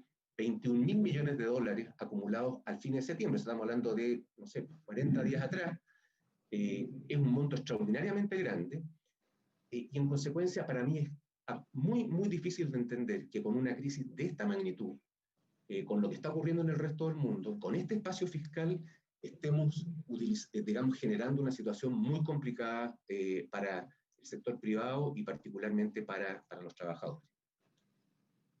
Una última lámina que quería mencionar sobre este punto es que si miramos el riesgo país de Chile, y esto es extraordinariamente importante tenerlo presente, que es en el fondo, cómo nos evalúa el resto del mundo respecto de nuestro riesgo. Este es un indicador que se llama Credit Default Swap a 5 años, una suerte de seguro, de contratar un seguro para enfrentar, digamos, un eventual no pago de la deuda de estos países. Chile es la barra azul que está la más baja. Nosotros efectivamente, si nos vamos a octubre del 2019, al principio de este gráfico, teníamos una diferencia más grande con Perú, con los demás países, se ha reducido esa diferencia, pero entre medio tuvimos el estallido social, tuvimos la pandemia, tuvimos el tema constituyente, o sea, si todas esas cosas nos llevan, el riesgo país de Chile aumenta unos pocos puntos porcentuales, es realmente incomprensible insistir en que aquí tenemos un riesgo tan grande. Esto también incluye la clasificación de Fitch, que nos bajó la clasificación, que es prácticamente no perceptible en un gráfico de esta naturaleza. O sea, tenemos mucho espacio por el lado. Y tengo más tiempo, pero entiendo que por el tiempo, Bárbara, voy a tratar de acotarme acá. Quería hacer un par de láminas más. Entonces yo diría, acá es fundamental que continúen las políticas fiscales y monetarias expansivas del año próximo. La política monetaria, yo diría que este año ha sido notablemente eficiente en el caso de Chile. El Banco Central realmente, bajó la tasa muy rápidamente a los niveles más bajos que la ha tenido nunca, igual que en la crisis de 2008-2009, pero además inició un proceso que no había tenido anteriormente de una suerte de expansión cuantitativa que ha ayudado mucho. La política fiscal, como digo, debe ser más expansiva. Tenemos capacidad para utilizar el mayor endeudamiento en los fondos soberanos, pero también, yo diría que esto es bien importante, pensando también en el mediano plazo, es fundamental asegurarse que el gasto público se gaste bien, es fundamental reducir las exenciones tributarias injustificadas, castigar la evasión y tenemos que redefinir la carga y la estructura tributaria. Varios de los panelistas anteriores se han referido a ese tema, pero yo diría, eso claramente tiene que ir acompañado de lo otro, pero lo que quiero decir es que hoy día no hay un motivo real para no enfrentar este tema con la fuente de financiamiento existente, que dicen relación en parte importante con la política fiscal que se hicieron los años pasados, de mucha responsabilidad.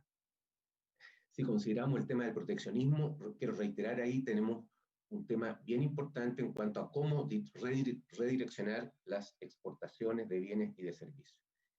Y me parece a mí que hay un tema aquí que también es bien relevante, es que se discute poco, pero que yo creo que el Banco Central en Chile tiene que hacerse cargo de la volatilidad extrema que tenemos en el tipo de cambio y la apreciación que en algunas ocasiones hemos tenido también del peso chileno, y tener una política más activa respecto a ese tema. Y por último, y aquí sí que termino, en cuanto a el problema más de fondo que tenemos por delante es el tema del desempleo, que es extraordinariamente fuerte. En las dos últimas grandes crisis, Chile se demoró más de 5 años en volver a tener una tasa de desempleo de un dígito después de caídas incluso menores a las que tenemos hoy día. Y tenemos la oportunidad entonces de avanzar hacia empleos de más de calidad y podríamos llamar empleos decentes. Esto tiene que ir acompañado de una política de nuevo de mediano plazo. Oscar Landerreche se refirió fuertemente a ese tema de transformación y diversificación productiva, que eso genera un tema en el empleo muy importante. Y acá es donde yo creo que está la madre, en mi opinión, de todas las batallas respecto de una parte súper importante del gasto público el próximo año, que tiene que ver con la capacitación. O sea, en esta crisis lo que estamos viendo es readecuaciones productivas y laborales impresionantemente fuertes. Estamos viendo el cambio tecnológico, que es un cambio con la intensidad que estamos usando los temas digitales, es un cambio claramente regresivo en el corto plazo. No todos tenemos acceso a Internet de la misma forma, no todos podemos trabajar desde las casas, y yo creo que acá tenemos un área que es súper relevante, donde probablemente las universidades, los centros de formación técnica debieran contribuir en forma muy, muy fuerte a el gasto público. Ahí tiene que concentrarse en realmente ir generando una mano de obra que pueda hacer después tener una empleabilidad que vaya en función de las transformaciones productivas. Tengo un par de láminas más, pero yo entiendo que ya estoy en el tiempo, así que lo dejo hasta acá y muchas gracias. Muchas gracias, Roberto. Lamentablemente, por cuestión de tiempo, Nicolás Eyzaguirre nos va a tener que abandonar. Le queremos dar las gracias por haber participado. No sé si todavía está con nosotros para despedirse. O, Nicolás, estás en silencio. A ver si le podemos activar ¿Me el audio. escuchas? Sí, ahora sí. Sí. Ya, solo 2 minutos, agradecer a Rabín, a Carlos, a ti, a todos los participantes. Creo que de lo que se ha dicho, el tema de imbricar el corto con el mediano plazo es muy importante. No tengo tiempo ahora, pero a pesar de que creo que el lograr hacer esa coherencia tiene mucho de voluntad política, creo que no podemos dejar de lado la discusión constitucional, porque tanto en los planteamientos que yo coincido, que hizo Oscar respecto a los parques tecnológicos y en general el Estado empresario, cuanto lo que es muy importante en la capacidad realmente de recaudar, que tiene que ver con la facultad de impuestos internos, la constitución actual es una restricción demasiado importante. Pero bueno, no tengo tiempo, me despido y muchas gracias. Muchas gracias, Nicolás, por habernos acompañado. Y me gustaría tomar ese punto justamente para que podamos debatir a propósito de lo que nos dijo Oscar Landerreche al comienzo en su presentación. Clave dividir y separar nítidamente la crisis de corto plazo del proyecto a largo plazo, también pensando en cómo lo vamos a financiar.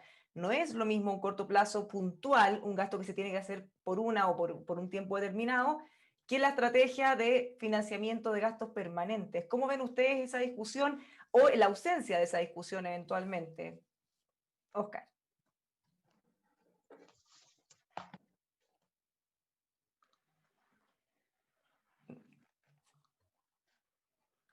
¿Nos estamos escuchando, Oscar? ¿O le activamos el audio? No, ¿ustedes me escuchan? Estamos... No, a Oscar no se le escucha. Ah, ya. Yo le era escucho muy bien, yo escucho muy bien, no hay problema. Muchas gracias, senador. Nosotros escuchamos, Oscar. No, no a Oscar. Ahora sí, pero no a Oscar y a los demás. Yo a Oscar no lo escucho. No Y lo a mí Es escuchamos. Oscar el que no se le oye. Claudia, por mientras, nos arreglan el problema del audio de Oscar. Sí. La pregunta era, perdón, como dijiste, Oscar. Estamos pensando en si se está abordando o no esta discusión bien separada de cómo vamos a financiar el corto plazo, y si tenemos ese plan, y lo que viene a largo plazo, los gastos permanentes. ¿Se está haciendo esa discusión cuando hablamos de financiamiento o O sea, todavía? A ver, al menos lo que yo planteé antes era que las fuentes de financiamiento en Chile son diversas y posibles, digamos, y altas. Por una parte, el espacio para mayor endeudamiento existe, porque como mostró muy bien Roberto, somos de los países con menos deuda a PIB, ¿cierto? Y tenemos fondos soberanos además, que no son deudas, sino que ahorro, básicamente.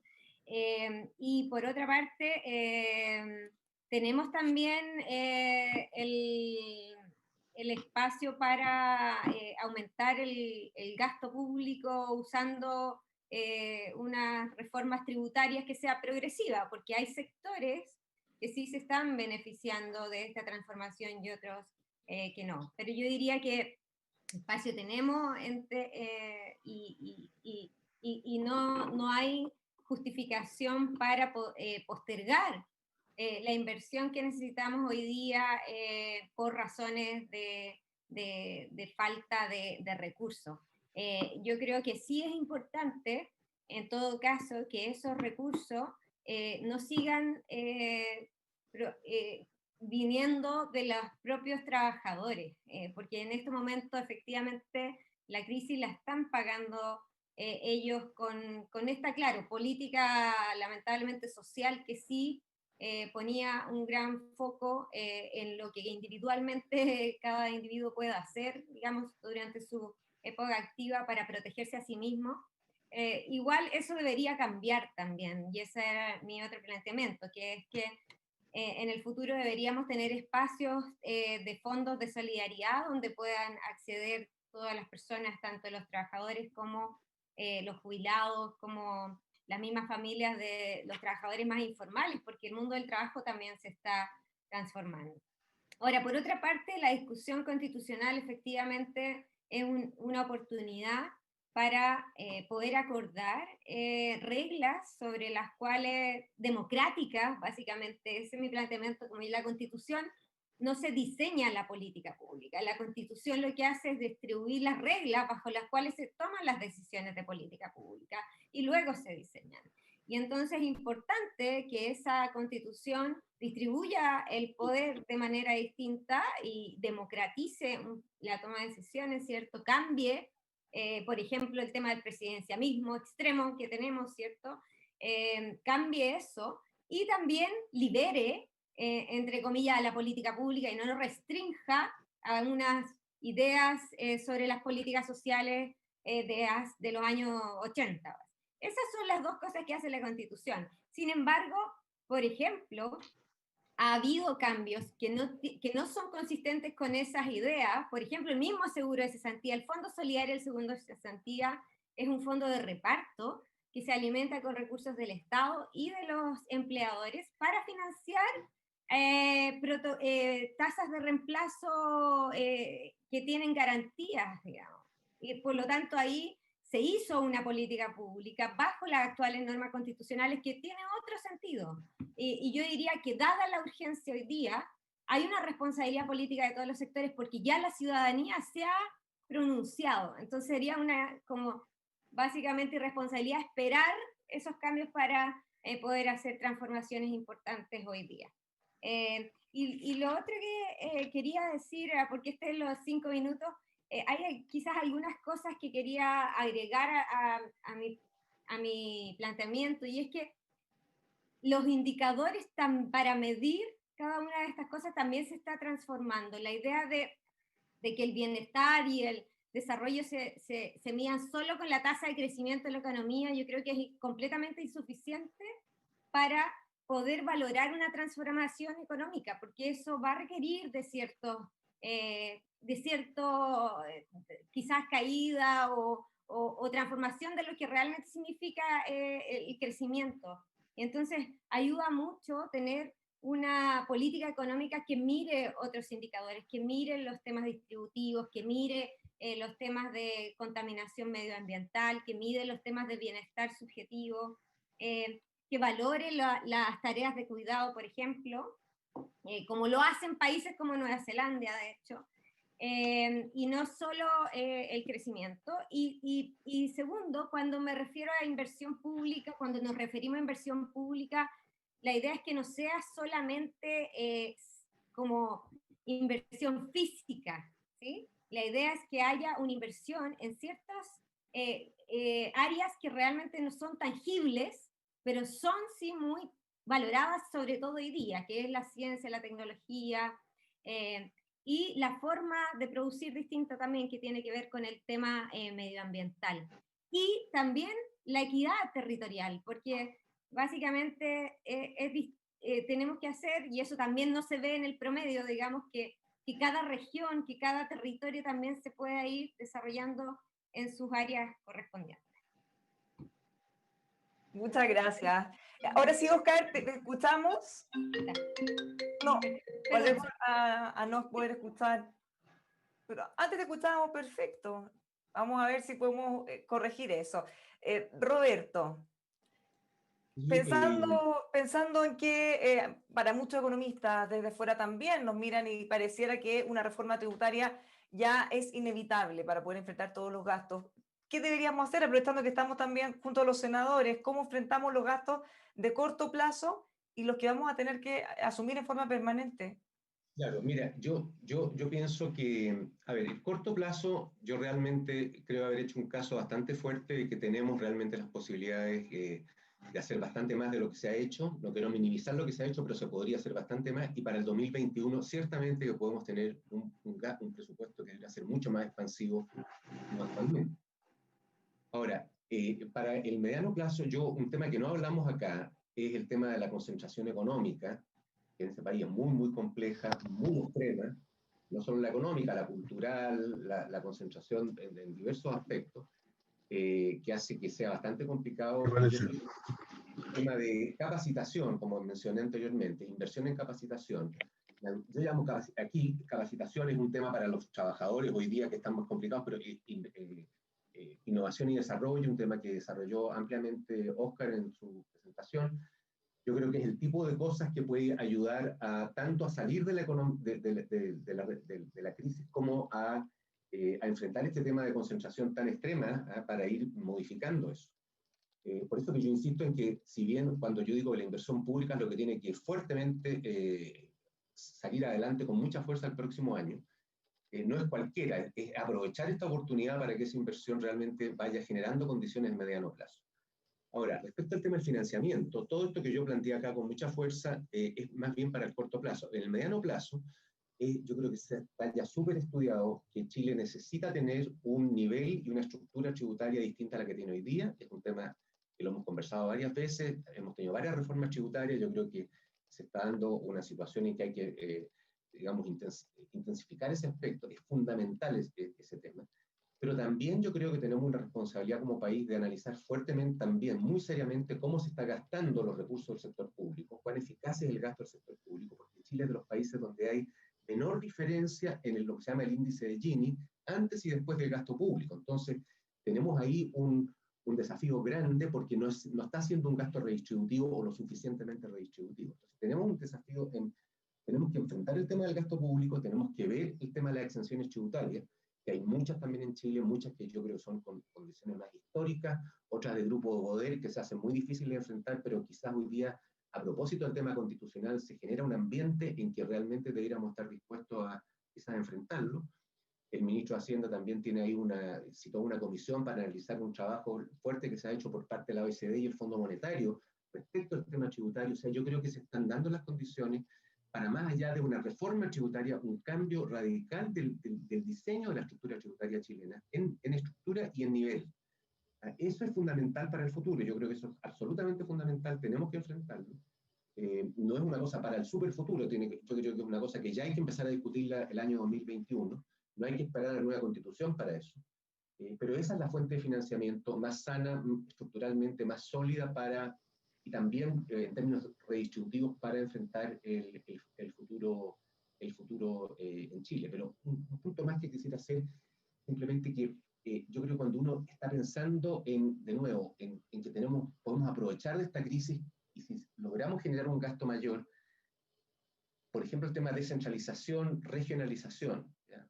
El tema género, alguien mencionó el tema medioambiental, o sea, son aspectos que debieran ya no ser residuales en las discusiones, deberían estar incorporados a la discusión, así como cuando hay un proyecto de ley y se pide cómo se financia el proyecto de ley, cuál es se le pide al informe a la Comisión de Productividad ahora que dé una opinión sobre qué ocurre con productividad. Bueno, también deberíamos quizás avanzar en exigirle a los distintos proyectos ver su dimensión ambiental, ver su dimensión redistributiva. O sea, realmente yo creo que yo creo que el 80-20, digamos, del plebiscito da una oportunidad realmente para mirar en otra forma cómo hemos mirado el desarrollo hasta ahora. Eso, muchas gracias. Muchas gracias, Roberto. Vamos a ver si ahora sí lo logramos. ¿Ahora se escucha? Ahora sí, por fin. La ¿Se tercera escucha? era la vencida. Me estaban censurando, los tengo, Sí. tengo identificados. Ya, pero ahora lo logramos.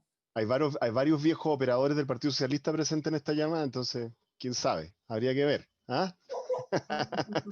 Oye, no, yo quería hacer algunos puntos como lo siguiente. Tú hablabas de la relación entre corto y largo plazo, y aquí hay una fórmula más vieja que el hilo negro, el viejo truco keynesiano, ¿no? Y es que en largo plazo tú necesitas capacidades productivas o transformaciones como las que dijo Claudia, como las que dijo Roberto, como las que dijo Nicolás, pero siempre eso requiere en el corto plazo inversión. O sea, tenéis como que construir la cuestión, ¿no? Y eso te genera el efecto de corto plazo. Necesitáis hospital en el futuro, eso es para el futuro, bueno, tenés que hacer el hospital. Entonces, cuando haces el hospital, eso te genera la inversión. Esa es la relación. Aquí no hay que inventar el agua tibia, es el viejo truco.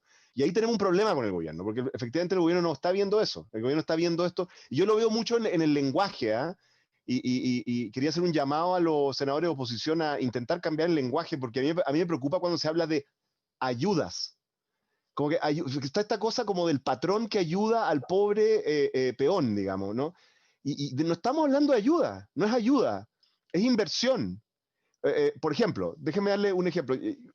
Hubiera sido perfectamente posible, todavía es posible, que en vez de estar hablando de ayudas, y por supuesto que no hay que financiarlas con los ahorros de los trabajadores, en eso estoy de acuerdo con la Claudia, o sea, yo en eso me he opuesto siempre a eso, ¿ya? Bueno, con el 10%, con los fondos de cesantía, con todo, me parece una muy mala idea. Pero en vez de hablar de ayudas, lo que tenemos que hablar es de que, por ejemplo, los trabajadores que están obligados, o que los millones de trabajadores que están en sus casas, lo que deberíamos hacer es invertir en conectividad, cosa que se puede hacer súper fácil. La Universidad de Chile lo hizo así, con los estudiantes que no tenían conectividad, ¿no es cierto? Y capacitarlos, pues. Pagarles por capacitarse, no por estar en la casa viendo no sé qué cosa en la tele. ¿Me entiendes? Y capacitarlos en idiomas, y capacitarlos en nuevas tecnologías, y capacitarlos. Eso es usar el corto plazo, y en vez de hablar de ayuda, esta cosa patronal de que te vengo a ayudar, usarlo como inversión hacia adelante. Si salimos con que un 10% de esos trabajadores aprende inglés para atender a gente después, o que aprenda, no sé, o que haga nivelación de estudios, todavía tenemos muchos adultos que no han hecho nivelación de estudio cuarto medio. Eso lo podríamos hacer ahora, y la tecnología las tenemos, lo sabemos los profesores, la Claudia lo mencionó, lo sabemos, estas tecnologías sí las podemos usar para eso. Entonces, cambiar el lenguaje ayuda. Ahora, dice, bueno, el gobierno no tiene esta visión, y lamentablemente le queda algunos años de este gobierno no tiene esa visión. Sí, pero ahí sí estoy de acuerdo con que hay una oportunidad en el proceso constitucional, porque si me permiten, uno de los grandes temores, algo se refirió esto a la Claudia, uno de los grandes temores que hay en el mundo empresarial y en el mundo de la derecha, francamente, y del gobierno, es justamente de que la próxima constitución esté llena de políticas públicas, cosa que es un poco un fantasma, porque como ella misma lo he dicho yo, en general la gente más o menos seria entiende que eso no es una buena idea, digamos, y que justamente eso es lo que no nos gusta de la constitución de Jaime Guzmán, digamos. La idea es que sea una constitución de reglas de discusión política que abra la cancha para discutir las cosas, ¿no es cierto?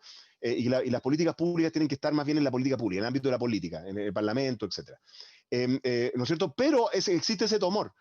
Entonces, a mí me parece que hay una oportunidad para hacer un trato político. Y el trato político es el siguiente. El trato político es que la discusión constitucional es lo que tiene que hacer, pero para descomprimir esa discusión constitucional, para que no se meta, para que nadie tenga la idea peregrina de que hay que meter la reforma previsional en un artículo de la Constitución, bueno, entonces tenemos que pactar una agenda de reformas sociales y económicas más agresivas ahora, no para la próxima elección presidencial, sino ahora, durante este gobierno. Esa es la transacción política que se puede hacer, creo yo. Ahora, no sé si habrá disposición en la oposición y en el gobierno, porque uno ve de repente el clima político, no sé si permite este tipo de cosas, pero yo veo eso clarito. O sea, yo veo que eso se puede hacer. ¿Ah? Así que creo que eso es una buena idea. Respecto a los temas de financiamiento, estoy básicamente de acuerdo con todo el mundo. Creo que el criterio básico es corto plazo deuda, tenemos todos los espacios para eso, deuda o uso de fondos soberanos, combinación, deuda bruta, neta estoy hablando, ¿no? Corto plazo deuda, creo que es una mala idea subir impuestos ahora. O sea, yo sé que todo el mundo empieza, yo he visto propuestas de subir el IVA, he visto impuestos del impuesto a los súper ricos, todas esas son discusiones que tenemos que tener con la discusión de reforma tributaria. Me parece una muy mala idea subir impuestos ahora de cualquier tipo. Todo impuesto que se sube va a generar un efecto complicado sobre la reactivación y nunca afecta solo al que uno quiere afectar. Ojo con eso. Mala idea en el corto plazo subir impuestos ahora. Sí creo que tenemos que tener una discusión sobre una reforma sustantiva a futuro. Lo dijo Nico Izaguirre. Las estimaciones que uno puede hacer, así como a grosso modo, ¿no es cierto? Para tener un Gini tipo Portugal, ¿no? O tipo Portugal, más o menos estamos hablando de 4 o 5 puntos del PIB. Para tener un Gini de Suecia, por si acaso son como 10 puntos del PIB. Tranquila, Bárbara, no se vaya a caer de la silla. 10 puntos del PIB más o menos. No estamos diciendo llegar ahí pasado mañana, eso es difícil, pero ¿de qué estamos hablando? Estamos hablando de una reforma tributaria muy sustantiva, que tiene todos los elementos que dijo la Claudia, lo mencionó. Son más complicados, son base, tasa, exenciones, que no se justifican, impuesto a la ganancia de capital que no existe, impuesto a la herencia que en la práctica no existe, tema de los camioneros, donde sí, algo ha jugado el ministro actual, en fin, no le ha resultado mucho, etc. Finalmente, simplemente decir 3 cosas. Yo creo que para enfrentar este tipo de discusiones como desarrollo económico hacia adelante, tenemos que dejar de lado la nostalgia. Y yo veo demasiado atrapado nuestro sistema político por nostalgia. Yo veo 3 tipos de nostalgia que no nos van a llevar a ninguna parte. Ninguna parte. Tipo de nostalgia número 1, nostalgia de la concertación. Eso no sirve, ¿ya? O sea, la nostalgia de la concertación es cosa que volvamos a hacer lo que hizo Elwin y Lago. No, eso no es así. El futuro es distinto. Esa nostalgia de la concertación no existe. Segundo tipo de nostalgia neoliberal. De que es cosa que volvamos que superemos a estos populistas y volvamos a las políticas de los Chicago Boys. Tampoco, no funciona. Y la tercera nostalgia, que esa es la que nos tiene medio enredado en la izquierda, nostalgia revolucionaria, ¿no? De que es cosa que hagamos lo que hizo Pedro Aguirre Cerda o Allende. Ahora sí, finalmente, 60 años después. Mala idea. O sea, la nostalgia es un muy mal consejero para construir el futuro. Entonces tenemos que superar la nostalgia, superarla. Uno se debe a su historia, está súper bien. Uno le dé lealtad a eso, también. Pero lo que tenemos que construir es hacia adelante. Y el mundo de hacia adelante es tan diferente, muchas de estas cosas, mis colegas, que requiere sacarse encima eso, sacárselo encima y pensar en fórmulas nuevas. Piensen en lo siguiente, los países que decimos admirar, la Nueva Zelanda de la Jacinda Arendt, la Canadá de Justin Trudeau, ¿las políticas de ellos están llenas de esta nostalgia? No. Entonces, miremos hacia adelante con instrumentos, saquémonos las trancas y busquemos construir con el gobierno, con los empresarios, con los trabajadores, soluciones para el futuro, no para el pasado. Eso. Muchas gracias, Oscar. Efectivamente, se necesita pragmatismo. Ahora, ustedes todos coincidieron en que se usaron parte importante de los ahorros de las propias personas, cosa que en muchos casos ya no están para enfrentar lo que viene y eventualmente el nuevo rebrote. Para cerrar, le queremos dar la palabra a la senadora Isabel Allende. Senadora, ¿cómo está?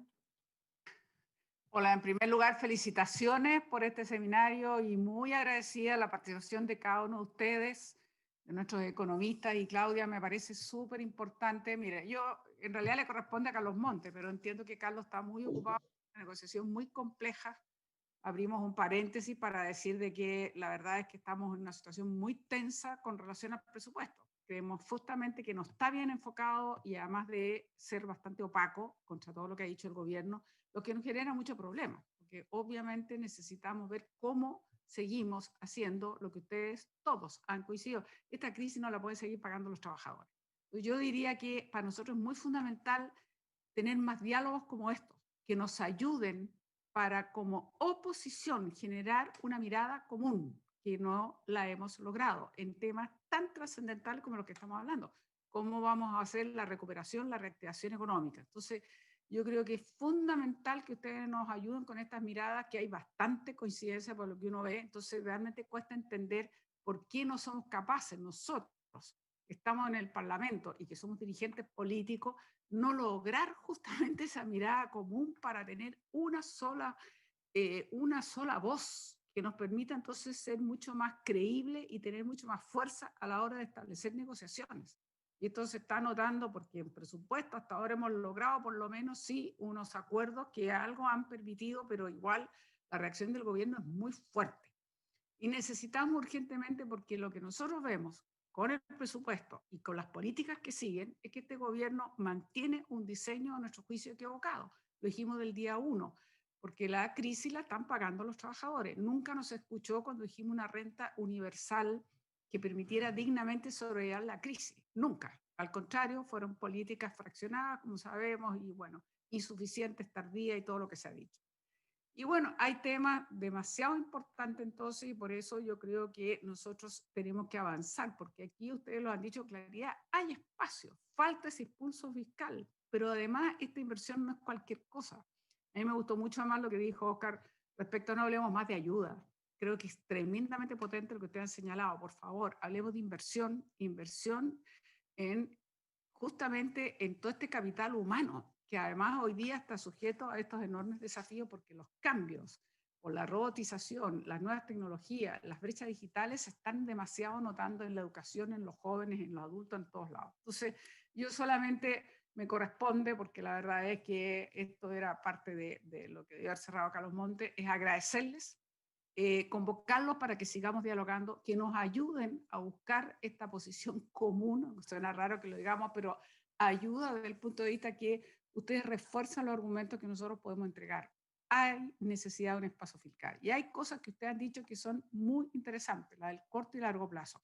Coincidimos plenamente en el corto plazo. Nosotros tenemos que ocupar los fondos soberanos, hay posibilidades de endeudamiento, no entendemos por qué entonces seguirle haciendo pagar a los trabajadores, pero también no cualquier gasto. Y finalmente, lo que dice Oscar, que es bastante provocativo, creo que es interesante ver cómo lo abordamos efectivamente, nos quedar presa de ciertos esquemas, pero sí ha dicho algo que está en discusión. Ojo, ahí no tenemos una mirada común. Algunos piensan que es el momento de hacer un impuesto a los súper ricos, que es el momento que realmente los que tienen más paguen más, que es el momento de hacer la equidad tributaria que no lo hemos logrado. Y quizás sería interesante ver, porque ustedes por lo que a veces tal vez no es el momento, pero sí otras cosas. Y por último, una cosa que a mí me preocupa bastante y que se enfatiza poco. Yo creo que todos los que estamos aquí sabemos lo que la Constitución puede contener y no, eso está claro. ¿Saben cuál es el tema? Que de todas maneras esta Constitución además va a tener estas respuestas mucho más generales y no todos los detalles de políticas públicas en 2 años. Y en el intertanto nosotros tenemos que seguir conviviendo con el actual sistema. Eso significa supraquórum. No tenemos, entonces, por más que tengamos mayoría, no podemos aplicar las transformaciones que queremos. Entonces dependemos de acuerdos con la derecha, si queremos llegar a algo en tributaria o con el gobierno. Entonces, francamente, yo creo que eso es muy riesgoso, que la ciudadanía lo pueda entender. Y lo que va a sentir es que siempre seguimos haciendo lo mismo y que no tenemos ninguna capacidad de transformación, y no sé si la gente va a comprender que van a pasar un par de años antes que tengamos una nueva constitución. Y en el intertanto, para la social inmediata, tenemos que hacerlo ahora. Ahora, nosotros no podemos, en virtud de una constitución que viene, esperamos por supuesto, postergar una agenda social inmediata, sobre todo lo que aquí hemos dicho, no que nos sigan pagando los trabajadores, el tema previsional, son fundamentales. Entonces, ahí tenemos un tremendo desafío y es algo que se dice poco. Cuidado con las expectativas que se generan por la nueva constitución si tenemos 2 años todavía de seguir conviviendo con estas reglas. Así que, nuevamente, muy agradecida, yo creo que ha sido sumamente interesante. Yo no sé si Carlos alcanza a agregar algo, o en fin, por el tiempo ustedes dirán. Felicitaciones a Rabín, que impulsó este seminario, creo que nos ayuda mucho. Muchas gracias, senadora. Senador Carlos Montes, ¿estamos con usted? ¿Nos alcanza a decir algunas palabras? Cerramos. Bueno, muchísimas gracias a todos por haber estado junto a nosotros. Queremos darle las gracias a los economistas que nos acompañaron, Nicolás Izaguirre, que tuvo que partir, Oscar Landerreche, Claudia Sangüesa, Roberto Saller, también senadores que estuvieron en esta reunión. Queremos abrir la pantalla para poder saludar también a quienes nos han acompañado directamente dentro de este Zoom, para poder saludarlos también. Y con esto damos por finalizada este primer ciclo de conversación. Muchas gracias a todos por habernos acompañado y bueno, tendremos que seguir reflexionando sobre estos temas. Muchas gracias también al Senado por dar la oportunidad de poder ir poco a poco profundizando en estas materias que nos van a acompañar por tanto tiempo. Muchas gracias y un muy buen día. Gracias. Gracias. No, gracias. Gracias a todos y a todas.